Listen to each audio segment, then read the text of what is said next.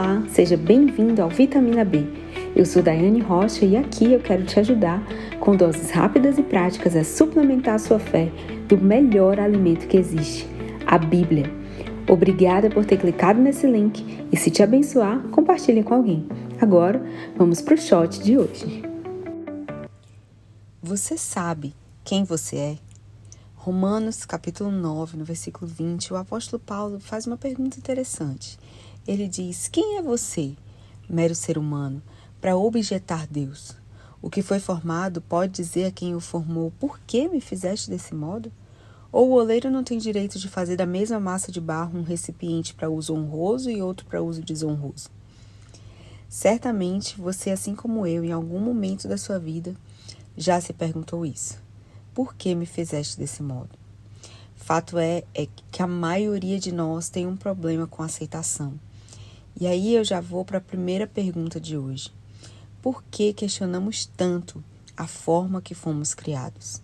A gente olha no espelho e o que vemos parece não se encaixar no padrão esteticamente imposto, ou a gente olha a vida dos outros pelo frame da rede social, compara com a nossa e começa a pensar que a gente está muito distante da vida que supostamente deveríamos ter. E no final, a gente questiona Deus. Por que eu fui criado assim? Por que o Senhor me fez dessa maneira e não daquela outra? E isso vai muito além da estética. A gente não aceita o nosso temperamento, consequentemente expressa as nossas qualidades, as nossas forças, evidencia aquilo que pode ser melhorado e reclama para Deus. E o problema é que quando a gente reclama e questiona Deus acerca da maneira que Ele nos fez, nós estamos questionando o caráter de Deus. Nós estamos colocando em xeque a natureza de Deus. Nós nos colocamos superiores a Ele no sentido de dizer: você poderia ter me feito melhor. Afinal, se Deus é bom, por que Ele não me fez perfeito? Consegue ver como isso é um grande problema? Deus é Deus e você é, como essa versão da tradução judaica que eu li diz, um mero ser humano. Está escrito que Ele tem planos para nós, Ele tem pensamentos a nosso respeito. Então tudo que Ele faz tem um propósito, inclusive eu e você. Enquanto perdemos tempo questionando o porquê fomos feitos de tal maneira, deveríamos perguntar para que o Senhor nos fez assim, qual o propósito.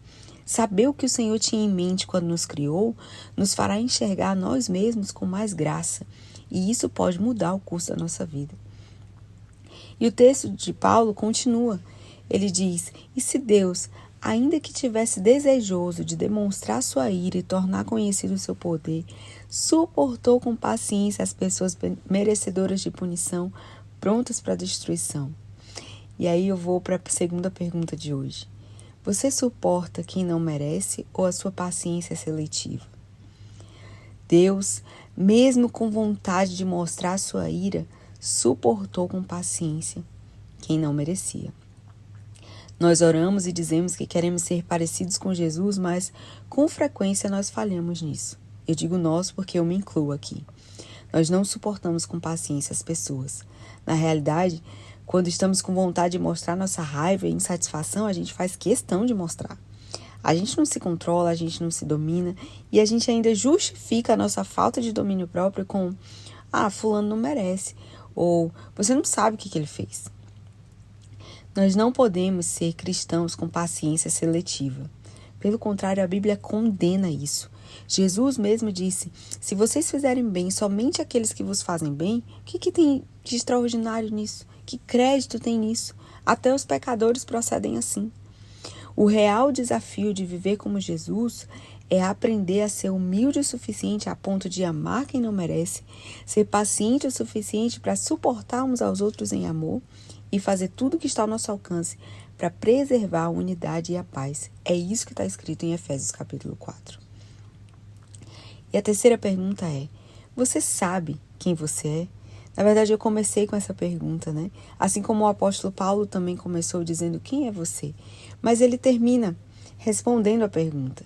Ele diz no versículo 23: que dizer se ele o fez para tornar conhecidas as riquezas da sua glória aos objetos da sua misericórdia, aos quais preparou de antemão para a glória, isso é, a nós, a quem ele chamou, não apenas dentre os judeus, mas também dentre os gentios. O problema da autoaceitação começa com o fato de que não sabemos quem realmente somos.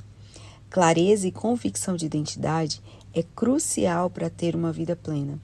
Quem tem certeza de quem é, consequentemente, terá clareza de propósito. E o contrário também é verdadeiro. Quem não sabe quem é, questiona Deus e tem dificuldade de encontrar sentido na sua vida. Colossenses 3 nos ensina que a nossa vida está escondida em Deus. Portanto, quem quiser encontrá-la, precisa buscar na fonte certa, Ele. A Bíblia nos traz inúmeras afirmações claras acerca de quem nós somos em Deus, mas eu vou destacar aqui o texto de hoje nos traz. Nós somos objetos da sua misericórdia. Então, querido, pare de se achar tanto. Você não é melhor que todo mundo. Pare de pensar em você como alguém superior, que sempre sabe mais que os outros, que sempre está certo.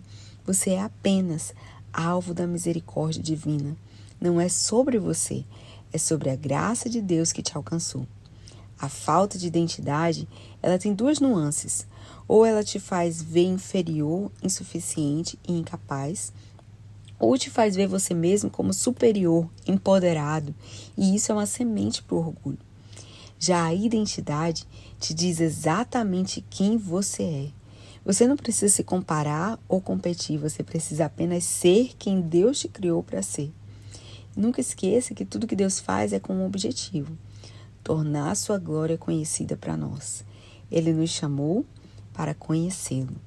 Então, que você hoje possa olhar com esse olhar de gratidão para você, pela graça que te alcançou, e ter esse mesmo olhar de misericórdia para com os outros, porque foi exatamente isso que você recebeu, mesmo sem merecer.